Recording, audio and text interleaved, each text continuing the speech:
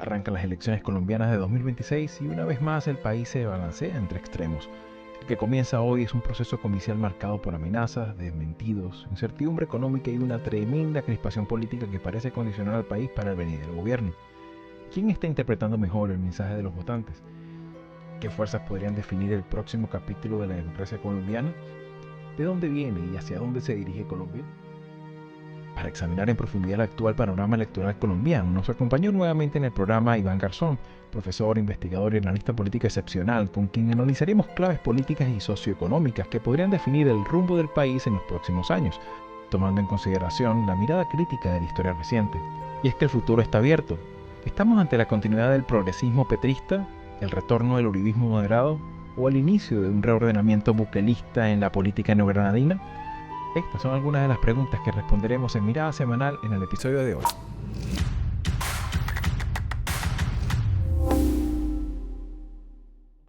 Y bien amigos, sean todos una vez más bienvenidos a Mirada Semanal. Y bueno, como lo hemos dicho en la introducción, tenemos del otro lado de la línea Iván Garzón, con quien ahorita, antes de la grabación, le comentaba que ciertamente este tema que vamos a conversar hoy, habría que poner como una suerte de antecedente de una conversación que hicimos por allá por el 2021, en la que a la sazón de la conflictividad social, de aquel estallido social, y de esas incertidumbres, esas preguntas, en buena medida esos temas no resueltos, de alguna manera pues iban presentando unos antecedentes que, bueno, obviamente va a estar anclado a este episodio una vez que salga, para que de alguna manera enriquecer el debate y la comprensión de la Colombia contemporánea. En ese sentido, Iván, me gustaría un poco tu apreciación ahora en este 2026, ¿no? Y me gustaría un poco cuáles son esos aspectos que tú dirías, bueno, esto es necesario entenderlo en el 2026, pero claro, con una raigambre en aquella sociología electoral, en aquel ambiente también de tensión, de incertidumbre, y que, bueno, de alguna manera nos dan como esa perspectiva también de bosque, ¿no? No nada más del árbol. Así que, bueno, muchísimas gracias por tu tiempo, Iván, adelante. Xavi, primero que todo, gracias de nuevo por la invitación. Es un placer estar contigo y con los colegas de Latinoamérica 21. Yo creo que a veces perdemos de vista que en el análisis político hay como dos fuerzas que van operando en la realidad política hay fuerzas que son coyunturales y son las que de alguna manera radiografían las redes sociales, los debates, los discursos, los acontecimientos más recientes, pero en las sociedades también operan otras fuerzas que son más subterráneas y que son más, cuyos efectos se miden no solo incluso en el mediano plazo, sino incluso en el largo plazo. Y yo creo que el estallido social colombiano es uno de esos acontecimientos. Primero, yo he sostenido en distintas publicaciones que el estallido colombiano, a diferencia del chileno, por ejemplo, que ocurrió que en una fecha muy precisa, en octubre de 2019, y que se prolongó durante varios meses, el estallido colombiano tuvo la peculiaridad de que se dio como en tres momentos. En el 19 ocurre uno, en noviembre, pero además en el 20 en plena pandemia ocurre u otra fase, otra Sí, expresión. con Y otras en el características, 21, ¿no? Ciertamente. sí, y en el 21 ocurre de nuevo otra explosión que es probablemente la más conocida, la más larga y la que tuvo efectos mucho más duraderos. Pero digamos, por ejemplo, para plantear un tema de discusión de entrada, el estallido social colombiano, a mi modo de ver, no empieza con el paro nacional del 2021 en abril, que fue una cuestión más organizada, sino en noviembre de 2019, cuando en una de las protestas sociales que se da un día sábado en Bogotá,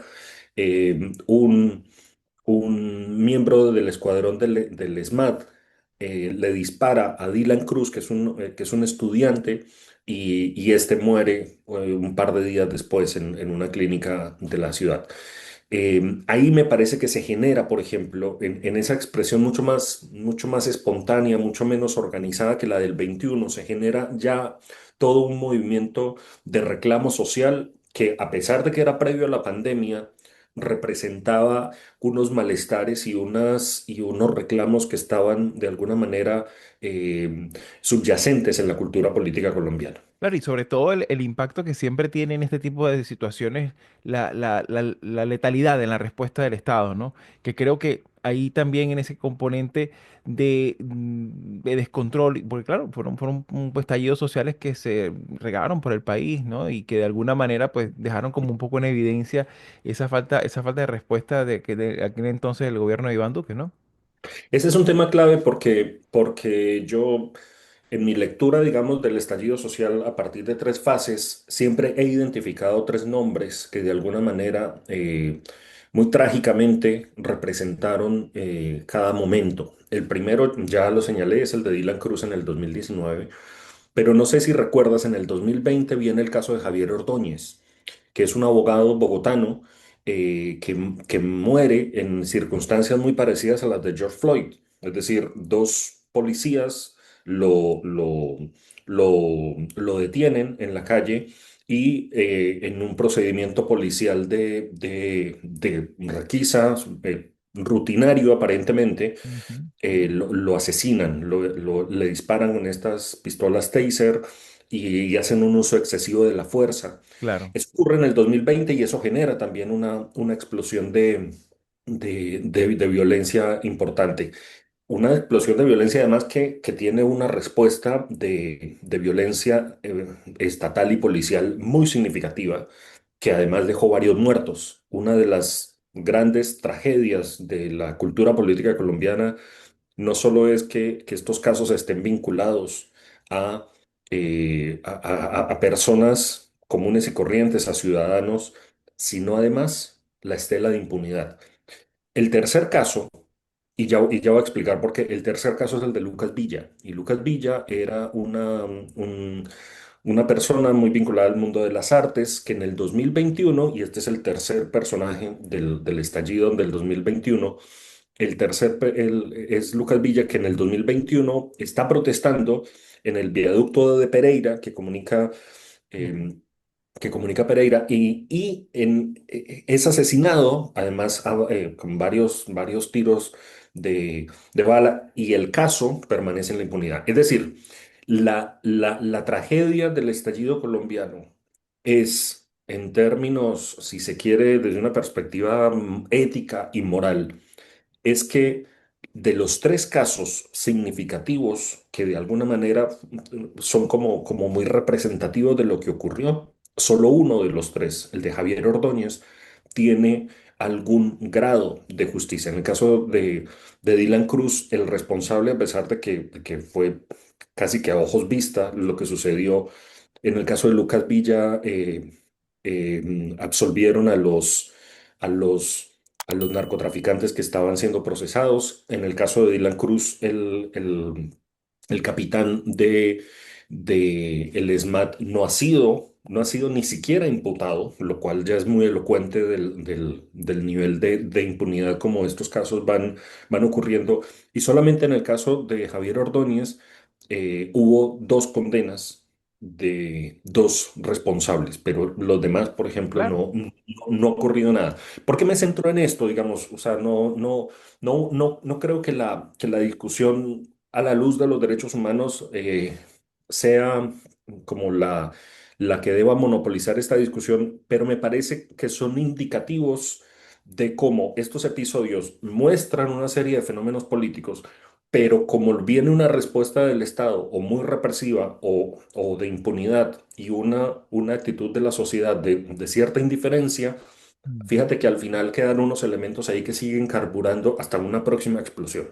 Y Claro, yo creo claro. que ahí hay que entender ese fenómeno, entre otras cosas, para entender por qué hoy en día el gobierno de Petro, a pesar de que tiene todos los peros y todas las equivocaciones desde un punto de vista institucional administrativo, sigue teniendo una base de popularidad. Básicamente Claro. porque él es expresión de el estallido social colombiano. Claro, sin lugar a dudas, y en ese sentido, sobre todo también un estallido que como evaluamos en esa conversación de por allá de junio de 2021, también hablábamos de otras cosas importantes, que es sobre todo también el tema de la violencia política, de la violencia social, ¿no? También todo lo que tiene que ver con los temas no resueltos, la informalidad laboral, el tema del impacto de la migración, sobre todo en los departamentos fronterizos, el tema de las cuentas públicas, ¿no? También, que era bueno, hablábamos en su momento de aquella reforma, reforma tributaria, la reforma pensional, un montón de cosas que, bueno, a 4 o 5 años vista, pues obviamente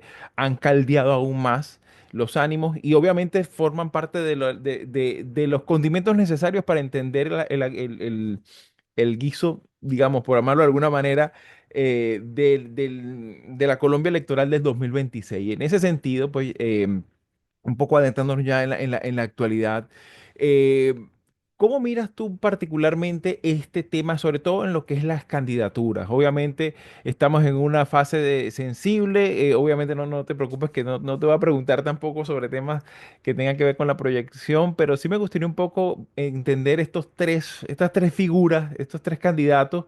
A la sazón de esta dinámica, ¿no? De esta dinámica política de un gobierno que ciertamente ha tenido un desgaste en la figura presidencial, pero que de alguna manera se ha quedado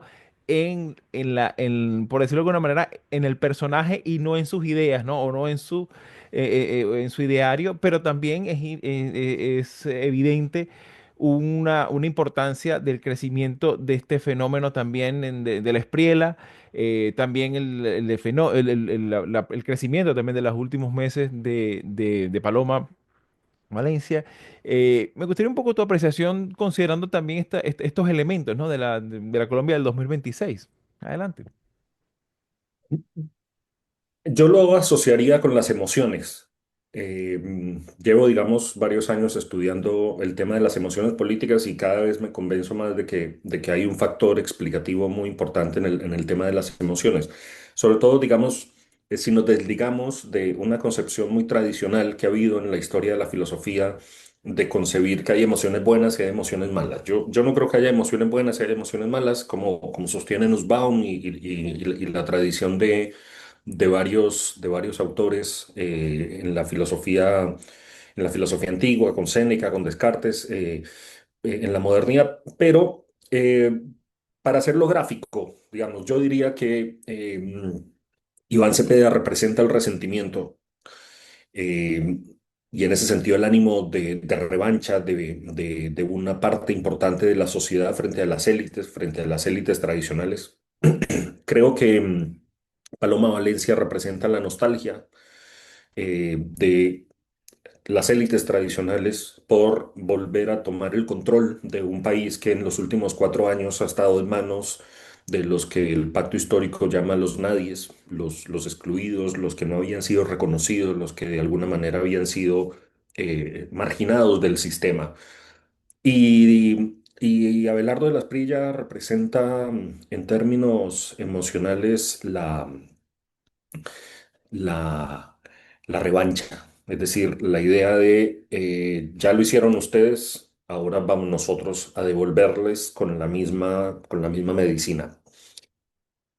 Y eso, en ese sentido, digamos, el discurso que tiene Fajardo es acertado en la medida que es un discurso psicológico de decir Colombia tiene rabia, Colombia tiene emociones que de alguna manera quieren llevarnos al abismo, y él se propone como una especie de moderador, de ¿sabes? Como ese terapeuta, se propone como el terapeuta al que vas y que intentas poner la pelota al piso y ver la situación en calma. Claro, La ironía es que yo creo que Colombia no quiere ese procedimiento. Es decir, Colombia es una pareja matrimonial que no quieren ir a terapia y por lo claro, tanto está, digamos, un poco embebida del gustito que significa estar en ese vértigo emocional de la claro, revancha en el caso de Cepeda, del resentimiento en el caso de Cepeda, de la revancha en el caso de las Priellas, sobre todo, que son como los factores más relevantes, pero un poquito más cerca de esa revancha de las Priella está ese ánimo nostálgico porque vuelvan a gobernar los hombres que sí se ponen corbata, las mujeres que sí hablan bien, que son de buena familia, de buenos apellidos, etcétera, etcétera. Entonces, yo creo que esas tensiones están muy presentes Claro, y me claro. parece que ahí está en juego un poco lo que va a suceder el 31 de mayo y seguramente el 15 de junio. Con toda certeza, por supuesto. Y en ese sentido, pues también me gustaría un poco tu valoración sobre un par de aspectos que creo yo que también son medulares, no nada más desde la vista desde afuera, ¿no? Sino también un poco entendiendo la importancia que tienen en la dinámica política, que por lo menos aquí en Mirada Semanal lo hemos visto en muchas ocasiones, que son particularmente el tema redes sociales.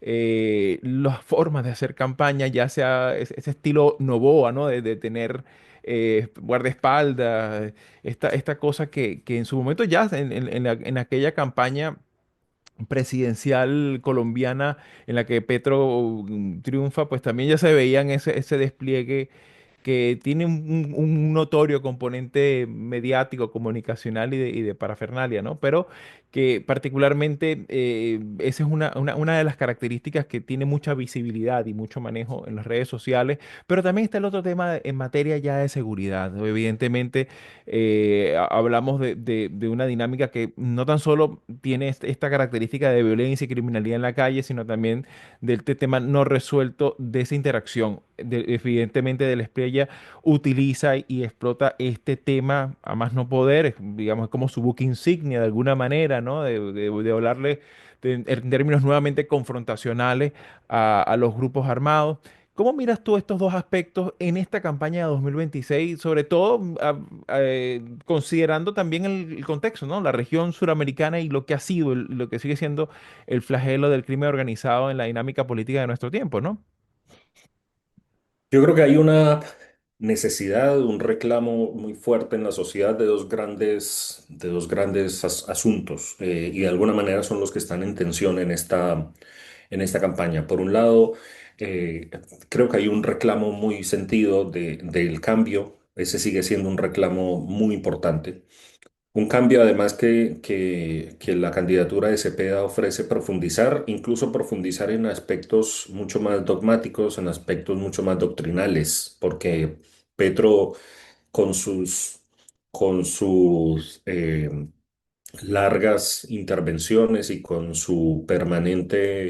eh, con su permanente ejercicio retórico, pues al final terminó diluyendo buena parte de su propósito, Claro, pero sobre el todo propósito estaba, incorporando esas licencias poéticas, en ocasiones sí, literarias innecesarias, pues que evidentemente pero no. además porque su perfil no es el de alguien que administra, que está atento a los detalles, que le hace el seguimiento. Es decir, uno de los grandes vacíos del gobierno Petro es su declarada enemistad con la tecnocracia. Es Sin decir, lugar a dudas, claro. ¿No? Y no hay la una ausencia de resultados tecnocracia de concretos, ¿no? izquierda. Así es, no hay una tecnocracia en la izquierda colombiana y eso hace que al final buena parte del proyecto político recaiga sobre el discurso, sobre lo que ellos dicen que van a hacer, sobre lo que ellos representan. Y claro, eso tiene, tú y yo sabemos que eso tiene todas las debilidades del mundo, porque al final Claro, eso, claro, por si supuesto. no se materializa, No se puede eh, apelar al realismo mágico tantas veces, ¿no? tal cual.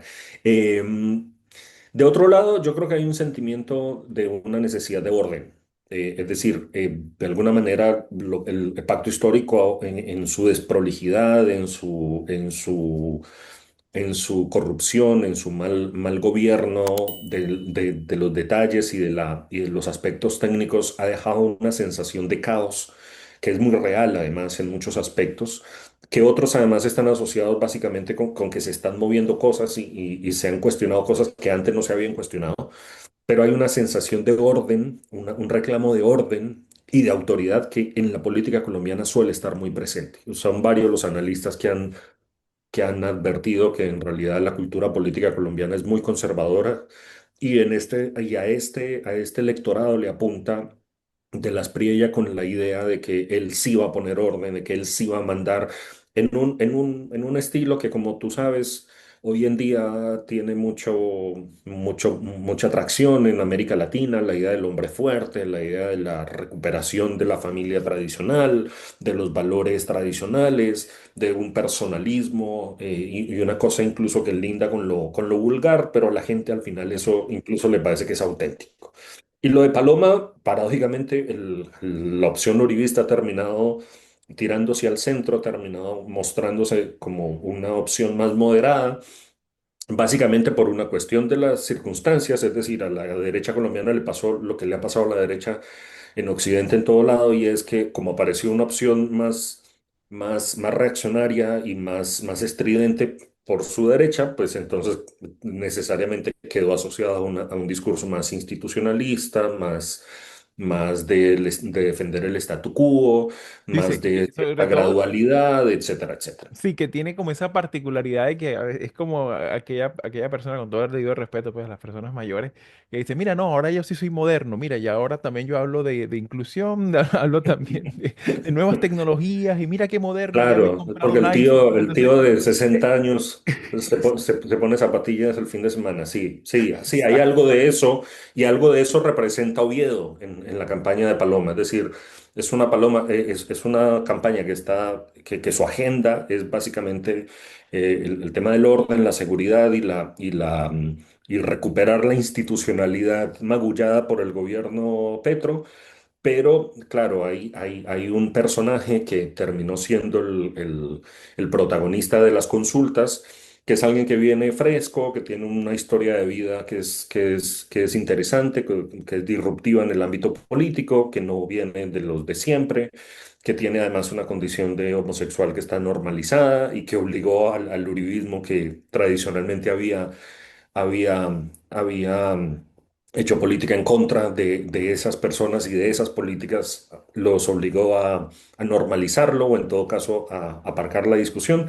Y por eso, digamos, estamos básicamente entre esas tres opciones. Claro, claro, y obviamente pues en un esquema en el que ciertamente, y qué bueno que mencionaste el caso de Juan Daniel Oviedo, porque bueno, también es importante incorporar que quizás no tenga el protagonismo que tiene en el caso de la candidatura de este tercer factor de Juan Daniel Oviedo, pero particularmente el caso de Aida Quilpué Sí. por ejemplo, y también lo que es José Manuel Restrepo, ¿no? Que creo yo que es importante hacer esta mención y que claro, esto al final terminan de momento, obviamente sin entrar en muchos pormenores, porque entiendo que también el episodio se va a ir viendo, su visionado va a estar incluso justo antes de la elección y a lo mejor nos podemos meter en problemas aquí con el tema de publicación de las cifras, pero básicamente a grosso modo sería algo así como una importante diferencia no tan amplia, de aproximadamente unos 8 9 10 puntos porcentuales. Dependiendo de la encuesta que se vea entre Iván Cepeda y Abelardo de la Espriella. Y en un tercer factor, y no con un menor o un despreciable porcentaje, pero alrededor de un 20 22% 23% dependiendo de la encuesta, la candidatura de Paloma Valencia. Todo se hace ver pues como una inminente segunda vuelta, pero me gustaría contigo, Iván, examinar sobre ya la base del final del programa qué queda, ¿no? ¿Qué queda, por ejemplo, de cara a una segunda vuelta casi que innegable? Y también, ¿cómo quedaría esto, obviamente, sin más allá de la arquitectura institucional del Congreso, que, bueno, es el que es, ¿no? Sin embargo, me gustaría un poco qué quedaría, independientemente de quién se resulte ganador el domingo. ¿Qué crees tú, a tu modo de verlo, pues, cuáles serían esas características con las que, bueno, el nuevo gobierno se va a tener que enfrentar, ¿no? Sí, yo creo que lo insinuamos en la conversación anterior, quizá no lo dije con tanto énfasis, pero hoy sí lo quiero decir. El Congreso en Colombia al final baila al son al son que le toque. O sea que la verdad el Congreso tiene poca independencia, se vende el mejor postor y la verdad, lo único cierto que tenemos de este Congreso es que va a tener una bancada del Pacto Histórico y del Centro Democrático muy consolidada, muy militante, tienen, digamos, la cuota inicial para tener una postura mayoritaria en los distintos temas, pero que van a significar, digamos, como el punto sobre el cual va a gravitar la mayor polarización discursiva. De Claro, ahí en ese, adelante, eh, de ahí en adelante la cuestión se tramitará al menudeo y este Congreso, así como si gana un gobierno de izquierda, va a darle una mayoría a la izquierda en unos meses, también podría decirte lo contrario. Si gana la derecha, le dará una mayoría a la derecha y eso será un acuerdo que tiene cierta duración de un determinado plazo. Colombia en Recuerdo que ese en ese sentido, episodio que conversábamos en su momento, hablábamos algo así como ese que el Congreso en muchas ocasiones, ¿no? Y lo vimos con la turbulencia en esa relación legislativo, ejecutivo. sí. Básicamente lo vimos todo el tiempo, ¿no? Con la reforma pensional, la reforma fiscal, todos estos temas siempre fueron así, con una coyuntura de último minuto, ¿no? Siempre muy Y eso reactivo, ¿no? opera tanto para bien como para mal, es decir, para mal porque evidentemente es un Congreso sin mucha capacidad de representar grandes proyectos, ideologías, el nivel de muchos congresistas es paupérrimo, pero al mismo tiempo lo bueno que tiene es que en Colombia ninguna instancia de poder tiene la capacidad de pasar una planadora e imponer Sí. reformas. Claro, Entonces, y eso se ha visto en estos 4 años, además. claro, y, ¿no? Y sobre todo me gusta mucho ese término, ¿no? Del menudeo parlamentario, en el que termina muchas veces haciendo Sí. unas coaliciones así casi que muy frágiles, ¿no? Y que, claro, obviamente condicionan, ¿no? Sin embargo, y ya de cara a la última, y obviamente me hubiese gustado pues que el propio Manolo y Marisabel, que habitualmente están con nosotros, ahorita mismo no por compromisos académicos, pues no pueden acompañarnos, pero ciertamente un poco tratando después de tantos años trabajando con ellos, pues obviamente siempre hay como una línea que siempre es como muy notoria, ¿no? Que es particularmente dos aspectos que ya para cerrar me gustaría tu apreciación. Uno, política exterior, ¿ok? Rupturas y continuidades. Básicamente sabemos que hay diferencias muy notorias en la campaña, pero creo que particularmente en este 2026, quizás estoy equivocado, pero creo que tienen un impacto, han tenido un impacto particularmente llamativo, sobre todo con este rol que tiene Colombia en aspectos tan sensibles, no tan solo con el tema de la nueva estrategia de seguridad de los Estados Unidos, sino también con toda esta dinámica migratoria que, a pesar de que en Venezuela ha habido una dinámica totalmente diferente en muchos aspectos, hay una continuidad autoritaria que sigue expulsando gente. A tu modo de ver, Iván, ¿qué aspectos crees tú que pudieran estar siendo sensibles y que son importantes para el electorado colombiano en este proceso electoral que, como tú muy bien dices, pues va a continuar hasta junio, muy seguramente, que tienen que ver con la política exterior? ¿Cómo miras tú este aspecto, Iván? Ese es un interrogante que siempre está gravitando en las elecciones, pero que me temo que en este caso no va a ser la excepción de que es un tema absolutamente accidental y marginal. Yo creo que en general la política exterior colombiana sigue caracterizándose por lo que un presidente antioqueño de hace 100 años, Marco Fidel Suárez, acuñó con la expresión o acuñó la expresión y la sintetizó el respice polum, es decir, la idea de que hay que mirar hacia el norte y básicamente seguir los dictados del norte. Yo creo que evidentemente eso obviamente se va a acentuar mucho más con un gobierno de derecha y en el caso de izquierda ya Petro demostró que una cosa es su retórica antiamericana, antitrumpista, que una cosa son sus intentos diplomáticos por acercarse a la China, pero otra cosa es que cuando Trump lo llamó al orden, pues finalmente lo domesticó como domestica a cualquier líder regional que tiene una dependencia tan abrumadora en materia económica y en materia comercial. Así que en la política exterior yo creo que no va a haber mayor diferencia. Yo creo que además Es decir, vamos, sea quien sea, vamos a seguir pendientes de qué es lo que hace Washington para resolver la crisis venezolana. Vamos a tener un contexto en el cual las relaciones van a seguir siendo muy, muy productivas y cualquier asomo con China se va a mirar con cierta sospecha.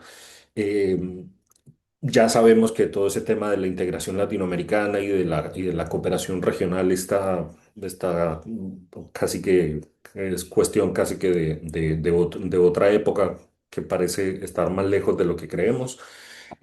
Así que en esa materia no va a haber mucha diferencia. Yo creo que estos países tienen unos problemas internos tan acuciantes que no tienen mucha posibilidad de permitirse eh, mostrar que el mundo va más allá de esa propia gestión. Y por otro lado, hay que tener en cuenta que los problemas que va a enfrentar el próximo gobierno van a ser algunos de ellos inéditos en la cultura política colombiana. Es decir, hay un problema, hay una crisis fiscal importante, hay una crisis en el tema de la salud también muy importante, hay una crisis en el tema de las pensiones.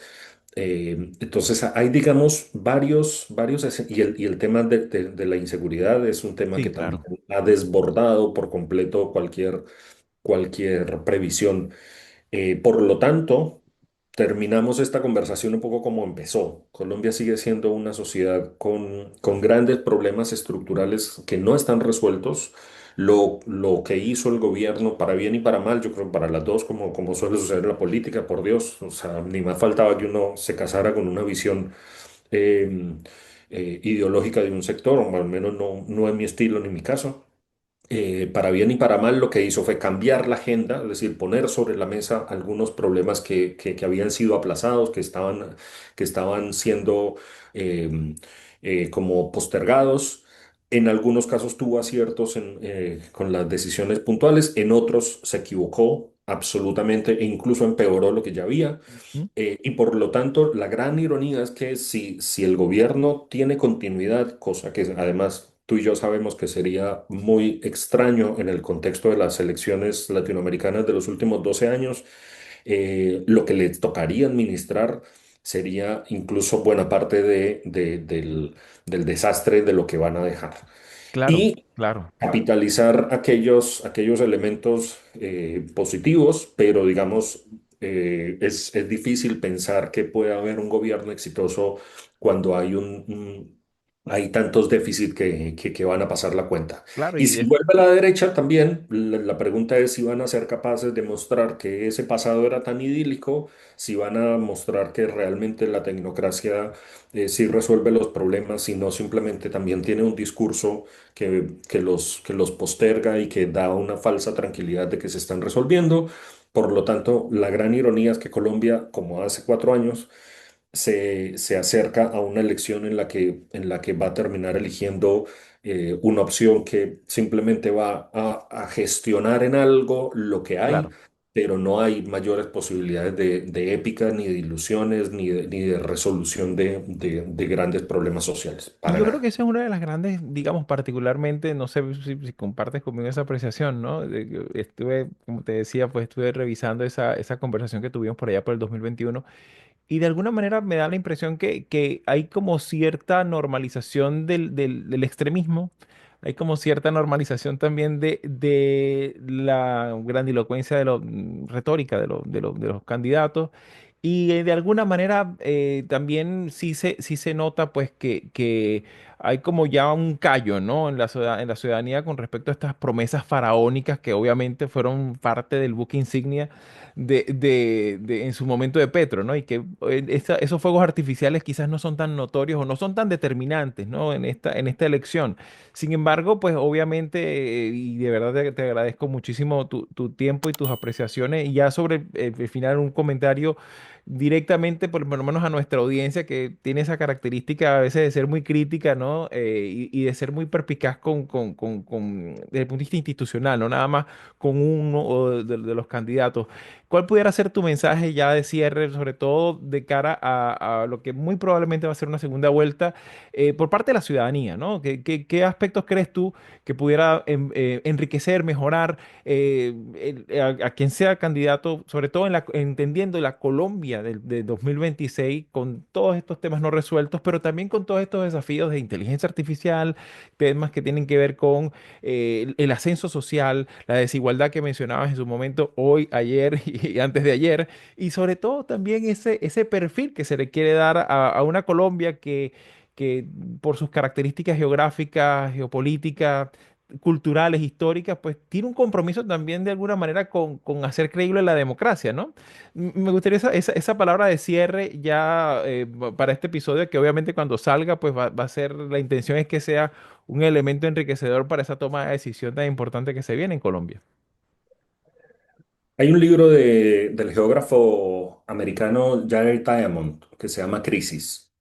Y es muy interesante porque él aborda casos de distintos países en los cuales además vivió y cómo afrontaron las crisis que tuvieron, grandes crisis que afrontaron. Y yo me acuerdo que ese libro a mí me pareció muy diciente de cómo los grandes países, los grandes problemas que tienen las sociedades solo se logran superar cuando hay una identificación del problema y cuando hay un gran acuerdo, digamos, social y político en torno a él. Y hay grandes, ahí, para decirlo en términos de Matsukato, hay como un proyecto que el país eh, empieza a construir.